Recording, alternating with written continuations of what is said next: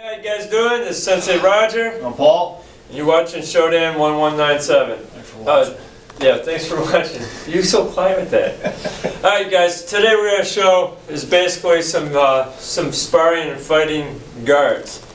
I want to talk about like pros and cons. These are just ones I kind of use myself. Some of you guys might have different ones, but you hear people saying about the fighting stances. That's not a good proper fighting stance. Or this or that. You know, people always have something to say, but there's always so many different ways of doing things. Right. And these are some of the things I got. And I just realized I just misspelled the word on the board. And Paul was questioning that, and I ignored that when he was questioning it. I didn't really pay attention to what he was talking about. That's why we don't let you see the board. Yeah, you guys aren't allowed to see our mistakes on the board. We're just showing it to you in our movements. No, anyhow, here we go. The first thing we want to talk about basically is a non-guard guard. This is good for the streets, not for competition.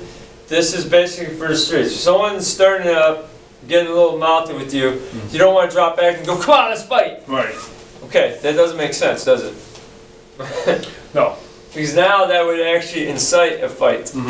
Right. You know, you could talk down a fight. So here's one that we start out with. In Kempo, we do the shelling hands, right? When we bow. So instead of being down like this, coming out here, just pick up the hands here. You can even put one foot back. I'm not going to go like this while I'm like, someone starts stuff. Hey, man. Okay, loosen your hands, put them together. Drop that chin. Shoulders kind of come up. Talk, hey, yeah, I don't want to fight you. Right, right. So from this point, maybe I'm like this, come at me with anything, right? I turn into a block, look, I can go into here. So again, check it out, I'm here. You came at me, I shifted. I can check. Hammer, claw the eye. I mean, whatever it is. You know, so I'm here, come at me with anything else. So I just did a smother block because I don't know what he's throwing, guys. This is just kind of something. He might have hit me from that too. If he did real fast, he probably would have hit me because he just come at me. Oh, whoa, all right. But you never know. This is why you gotta pay attention to stuff. Right. So that's one basic one. Not like this. You don't have to do that. Right. Loosen it up and just have your hands kind of like this, like you're talking with your hands. You're holding your hands. Another way you could do is I surrender. Listen, I don't want to fight you. I've talked about this before in other videos. Yeah. But again, don't have your head up because if you do get hit, you don't want to get knocked out. I've never seen anyone get knocked out with their chin down and shoulders up a little bit, right? Always with their chin up, breathing heavy, mouth open. Yeah. Boom. Right. You know, I don't want to fight you. Listen, please, I don't want to fight. Right. Same thing goes here. I don't want to fight. Yeah. But now anything, look, I can block here, I can strike here. I got it. I go around. My hands are out. I'm already here. I can drop back. Go into deeper stances. You know? Then there's the arm cross one. You know, we could be here, which I don't like this, but this is what I'll do a lot of times. I could be here, my hand's up here. Right. So at this point, if I'm like, hey, listen, I can talk with my hand like this. Right. My hand isn't trapped under me. I'm not crossing like this. Right. What I did is have this resting on here, which can be the point where he punched my hand and break my hand in one way or the other. But that's the idea is I'm trying to keep the distance at this point. If he's really close, I'm not going to be here. I'm like, listen, I don't want to fight you. My hands are going to come up if the guy's approaching. I'm probably going to step back too. If I'm trying to get out of the fight. If I'm not trying to get out of the fight, you know, there's probably something wrong with my character. Right. If I just want to sit there and get into the fight. So many people talk about, you know, other martial artists and all that. You know, we're not all want to go out there and fight. We train this stuff not to be the biggest, baddest, you know, guys out there. Right. And sit there, oh yeah, this is the best system. No, come on, man. I don't want to fight nobody for real. I do competitions, that's it. Right. I do that for fun. I know we're not trying to hurt each other. But do I really want to fight? No. Right. Can I fight? Yes, but why should I have to prove myself if I could get out of it? Right. You know, a good character, you know, you get out of a fight, someone could be totally in the wrong. I don't have to be right all the time. If it saves me having to get in a fight, what if I hurt this guy really bad? I'm not worried about me. I've been hurt many times. Right. I hurt myself more than other people hurt me. You know, usually I do. I hurt myself more often and worse than a lot of people do when they hurt me. You know, so I'm not afraid of getting hurt. I just don't want to hurt nobody else either. Right. And that's not a question of toughness. That's a question of character. That's, I mean, not a question of character, but it's a character trait of mine. Right. Not saying I'm tough, I'm too tough, I have to fight you, or going, no, I don't want to fight. Doesn't mean that I'm not tough enough. You know? Right. And that's why I think a lot of people are kind of foolish out there by opening their mouth about stuff. But yeah, this is it, guys. I'm trying to teach you how not to get into the fight by these different ways. So how can you get out? Can you get out, but then you don't want to be totally naive and go, man, come on, I don't want to fight you, man. Why open like this? Yeah. Hands out, I don't want to fight you. So you guys got the idea. You can be here, hands here. You can move around. Loosen up those knees. Don't be so straight up like this. Get ready to move. Get ready. You're in a fighting stance. Alright, so now, here's a little bit of stuff for sparring or even fighting down the street.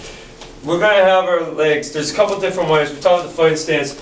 One, we can be out like this. One hand forward, one out like this. We want to shift our hips forward or even sideways. So the sideways you can see for a lot of times for point fighting. Okay, so you put your hand stacked like this and put it here for point fighting, or you can even put your hand on your rib like this with the open hand. You know, so, and the thing is, it can be out like this. This is something that we were taught a lot of times for point fighting. Here's the problem with this. It's great for now, like here, go to kick lightly to my side. So I'm here, boom. You're hitting my elbow or my hand. Okay, now go to punch me in the rib. Bang, you just broke my hand. In sparring or point fighting, it does not matter that much because I got padding on, you got padding on. So we're hitting padding, so it's a great guard for that. But let's take it out to the street like that. Remember I was talking about this? That's the same idea as that, but the thing is I don't want to allow them to hit my hand. So I got this here, so we take it back to the other one. Listen, I don't want to fight, man. You're going to punch me in the body. I'll take this down. I'll move my hand away and put that there, so now I'm ready to go. So that same goes here. Oops. I just got hit in the hand in the street, broken hand. But in point fighting, leave it there. It doesn't matter that much. But I like to have this blocked, boom, using that elbow. This is just ways I've used this, guys. This is reference points to give you guys ideas. So many people, like I said, there's so many different ways and they don't know which one to use for what. So this here, an extended hand now. I like to have this other hand out like this. You know, you can have an open hand, closed hand. We could be in a deep stance, which doesn't really move you that far. I mean, it's hard to move. But there's times where I have this deep stance and extended hand. I don't want a deep stance like this. I can't move. Because now I'm asking you to get close to me. I want to be able to move. While I'm here, I've used this for one guy I was sparring with. He decided to start throwing those Shaolin fist things like this, fast like this. He would pop, pop, pop, real quick. He hit me. I was like, no more. So here we go. He comes at me. I dropped in that stance, did a knife hand block. He tripped over my leg. I did that to him twice, and he decided to change. I was like, I'm not letting you do that no more. If it happens over and over, that means you keep letting it happen. You know, you change something. Yeah, exactly. So that's where I use that. I don't fight like this. I go into that. Then there's a mid-range stance, which I usually am at, because now I can step and move, you know, but my hand's out here. So let's talk about the hand out there. So at this point, throw any hand strike at me right now.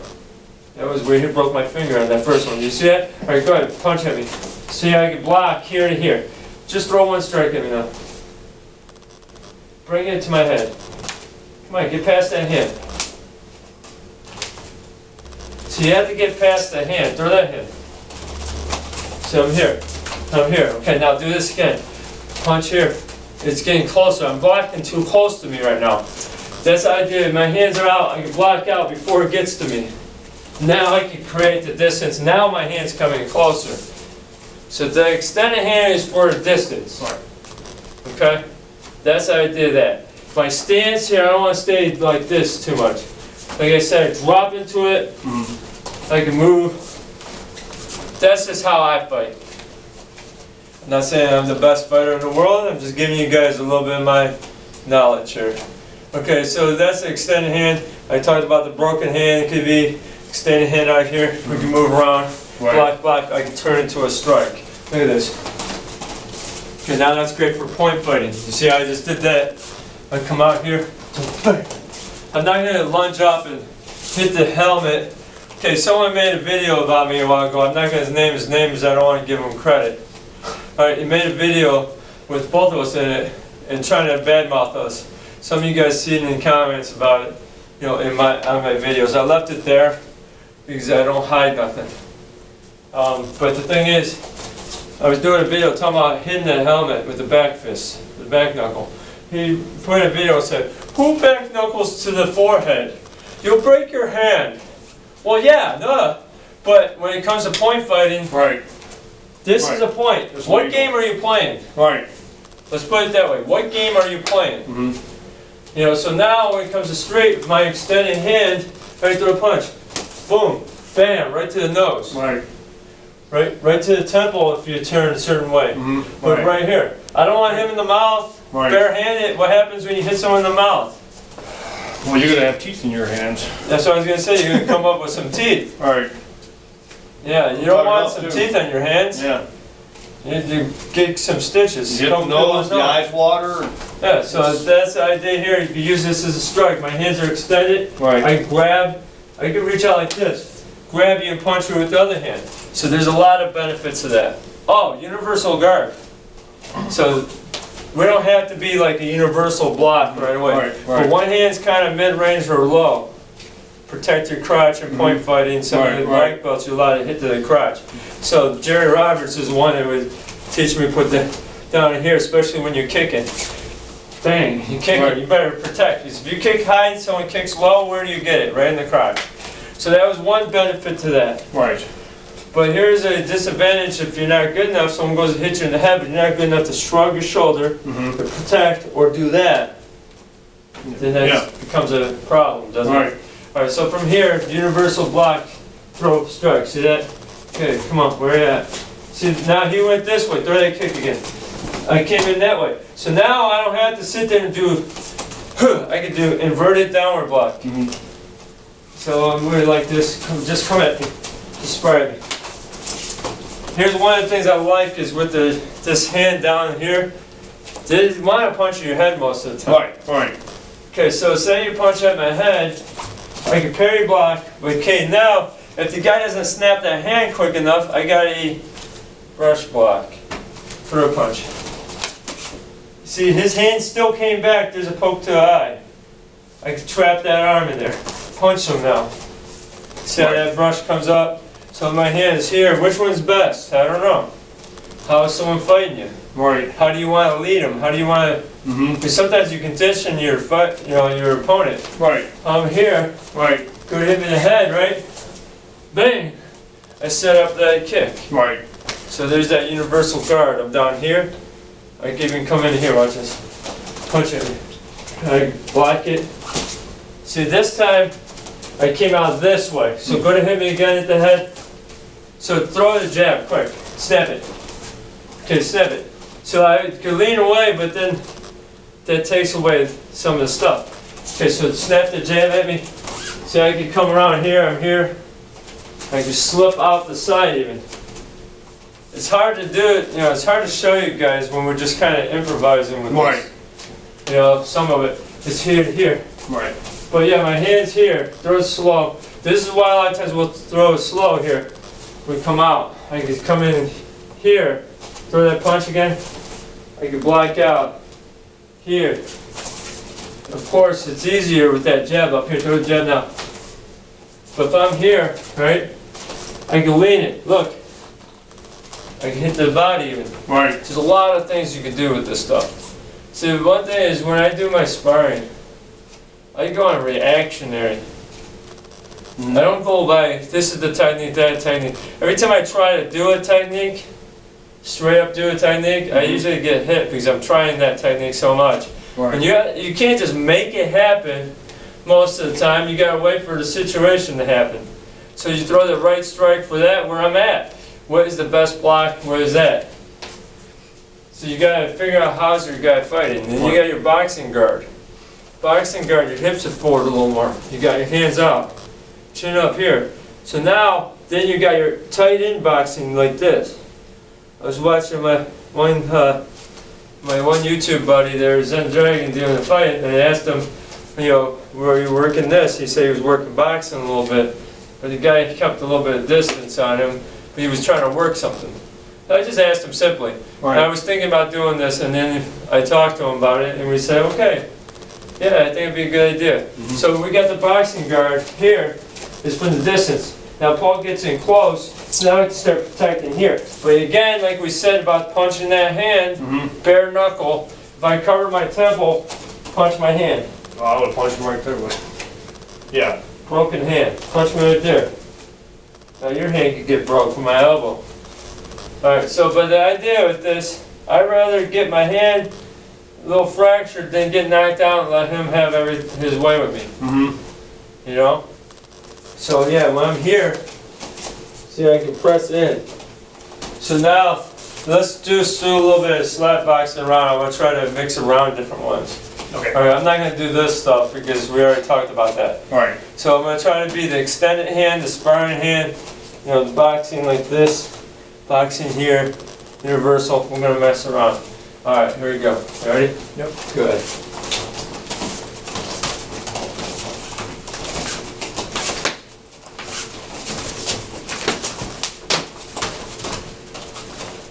See, that is not a good idea. See how I started getting closer? This is why I want to say, this is inviting the guy to come close. Alright, so now, let's go back again. Ready?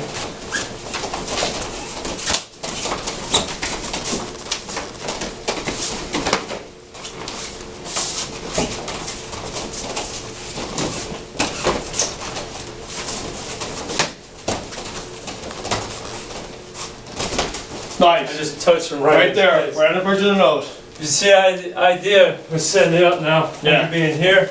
I came This in. way. Right. Kept the distance. See, I just want you guys to see a little bit of what I was talking about in more action. Alright, we're going to put this video to a close, but before we do this, we're going to talk about those principles that I wrote out. There's 12 principles. I used to call them leadership principles, so if you guys ever hear me say that, the 12 principles. But basically I call them bedrock principles now. I get that from my pastor. He has 7 bedrock principles at the church. And these are principles that they pretty much run the church off of, and my pastor runs pretty much his life off of that. Yeah. You gotta stand for something or you'll fall for anything. And this is it. You guys heard that before, I'm sure. But here's the 12 that I stood by. I'm going to share principle number 2 with you. I'm writing a book on this also. The book is going to be 12 principles for greater influence. That's going to be the name of the book. So if you see that out there, it doesn't have Roger Grimes on it, that means I didn't get that name quick enough. Yeah. But I'm in the middle of writing this now.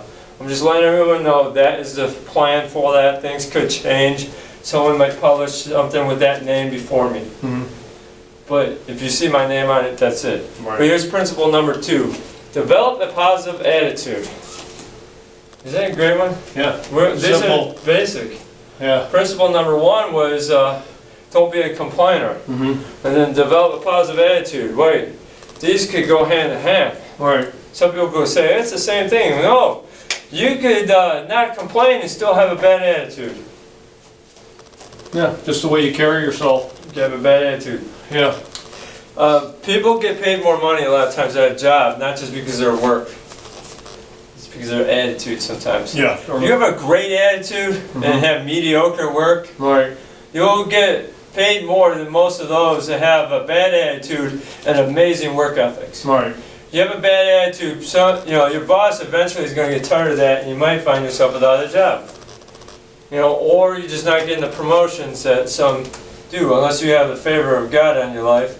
But God will take care of that attitude anyhow. So that's the idea of that. Here's a little thing, that piece of wisdom that one of the deacons at my church, he sends me wisdom every day. And then I just call him Deacon Sherman. Okay, so you guys don't need to know his whole name and all that. But this is what he sent me. I don't know where he got it, or it's just his wisdom, or he picked it up somewhere. But your focus determines your mood. I was like, that's amazing. That's simple, but it's amazing. Right. Your focus determines your mood. So let's put it this way. Right? What are you focused on? Negative? Yeah. You're Right. focused on what's wrong in the world, what's going to happen. You're going to get bitter, right? Oh yeah. Right. We all been there. Plenty of negative out there. You never been there, right, Paul? I'm there now. No, I never been there. We all been there. Right. Okay, now you focus on positive things. Your mood changes. Okay, so now what am I saying? Something happens. You want to complain. That's principle number one. You want to complain. Oops, I complained a little bit. Let me change my focus. Let me develop a positive attitude. Maybe the situation sucks, Yeah. but the positive attitude is going to help you get through anything pretty much better than it will with a negative attitude. Right. So you have that positive attitude, things are going to get done a lot easier and better than it is if you have a negative. Right. So I just want to leave you guys there. Alright, if you haven't subscribed yet, What are you waiting for? come on, do so. Subscribe, Leave a comment. like, friend us, whatever you want to do. Yeah. Right. If you want to call me your friend, I'll say okay. I might not know you, but I'll say okay. Right. You're all my friends. Don't call us frenemies. Frenemies. Alright, God bless. God bless.